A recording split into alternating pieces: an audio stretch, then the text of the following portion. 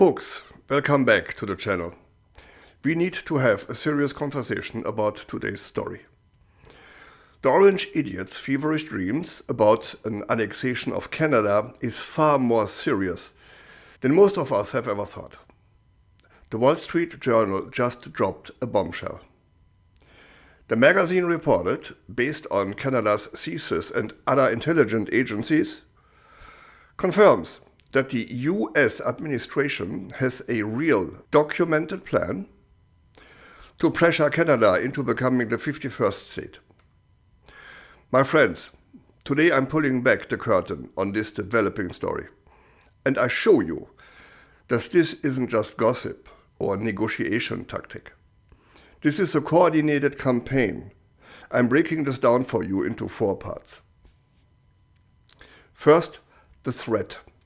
How Washington plans to use economic force to unravel our sovereignty. Second, the plan. Why this is part of a much larger agenda, not just Trump's idiotic whim. Third, the strategy. How the orange fascist gangster is using Alberta's separatism as a political lever. And fourth, the response. How Prime Minister Carney is fighting back by taking our country global. We will look at Carney's plan for a synthetic currency and building new alliances to protect us from the economic chaos coming from Trump's America. This affects every single Canadian, from coast to coast to coast. And you need to know what's happening, so let's get into it. Let's get real. The orange moron, being the useful idiot for the people behind the Project 2025, isn't a joke. Yeah, I know it sounds funny when we say it, but it's really not. You see, Trump doesn't have a clue. No, he really is an idiot. But the people behind Project 2025 know exactly what they are doing, as reported by the Wall Street Journal. The Trump administration, not just Trump, no, his administration, has confirmed the intent to use economic force rather than military action to bend Canada to their will. That includes the latest massive 50% tariff targeting $20 billion worth of our exports, hitting our auto, alcohol and dairy sectors. You see, the Wall Street Journal confirms. The whole thing started with a private call to Justin Trudeau, in which the orange fascist gangster and extortionist threatened to scrap the 1908 treaty that delineates our shared borders. He told Trudeau, "I tear that up and your whole country unravels." He wants to get rid of that artificial drawn line to force integration. This isn't bluster, my friends. It's a direct attack on our sovereignty. For freshly elected Mark Carney reading the CSIS report on that threat, that was a shock and a turning point. It put him into action immediately. Now, some may say Trump didn't run on this. Yeah, and that is exactly the point. It was not his plan back then. This is part of Project 2025, the playbook for the conservative presidency. It's clear that the people behind that plan have a vision for North American dominance, and Trump is the guy they picked to execute it. He is the useful, clueless idiot. That's the reason why Trump doesn't have a choice, doesn't light up. He must try everything to make it happen, because that's what his bosses, the powers behind Project 2025, want. The 50% tariffs are just Trump's latest attempt to inflict more pain on us. Because the plan also says he has to. It's the only way to convince us Canadians to play along. Pain. Knowing his forced commitment, Carney got busy.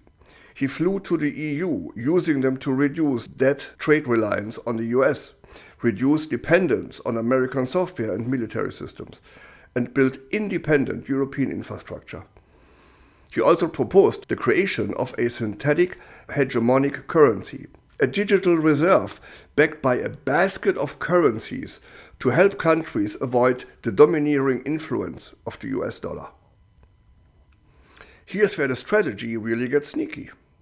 The US is intensely exploiting internal divisions to weaken us, specifically the Alberta separatists movement. This is a key part of their leverage play. US Treasury Secretary Scott Bassett publicly stated that Alberta would be a natural partner for the US. In a move many called treason, Alberta separatists have held closed-doors meetings with the US State Department in Washington to discuss Alberta's future outside of Canada or within Canada, the 51st state. This is a direct attempt to fracture our economic sovereignty. And I must ask, what about Danielle Smith? While our premiers line up behind Carney, she seems committed to support Trump's plan. If everyone knows otherwise, please let me know in the comments. This is a serious situation for Canada, and Carney, he knows it. Thankfully, Prime Minister Carney is fighting back. He was shocked by the intelligence reports and jumped into action. He's doing nation-building projects, making connections with other countries, and joining the EU closely in military spending. His urgency is driven by the looming 10-year deadline. You know, the deadline created by the American conman, signaling he won't renew the Kushma agreement, which expires in 2036.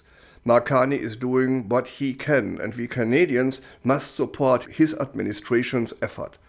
Our grassroots movement must go on too. Boycott American products, don't vacation in the US, and support Canadian manufacturers. Our premiers, except Alberta and Saskatchewan, have already indicated that American alcohol will stay out of our liquor stores. That is excellent. Relying on a partner whose commitment you can't trust isn't sustainable. There's no sense in seeking new assurance from a leader who will just tear them up.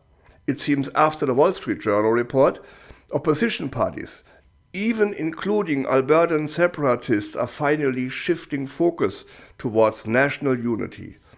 That is, without Danielle Smith, of course. This is the moment we face Canada. The US plan is real. It's documented, undeniable, and dangerous. But so is our resilience. We have the resources, the allies, and the backbone to stand up.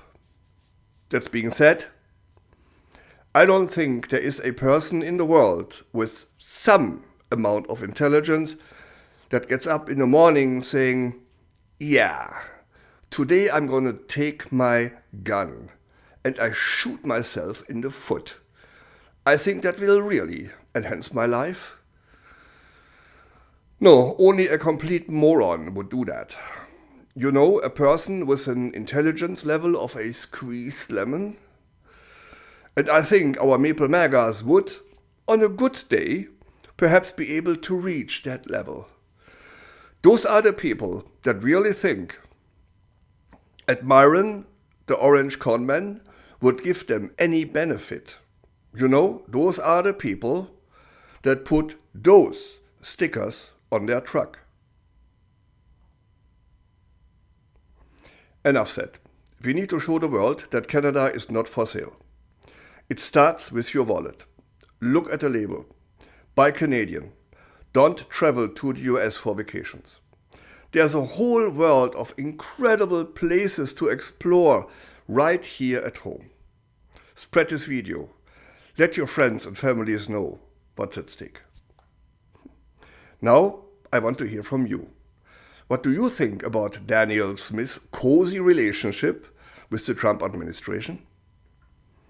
Is it a threat to Canadian unity? Drop your thoughts in the comments below. Tell me what you think. Elbows up, Canada. And if this video gave you value, please click the like button and subscribe. It really helps the channel. Thanks for watching. I'm Wilfried Lemkuller with Europe Curious, where we don't just repeat the daily headlines, but open the curtain so you can see for yourself what's really behind it. See you in the next one.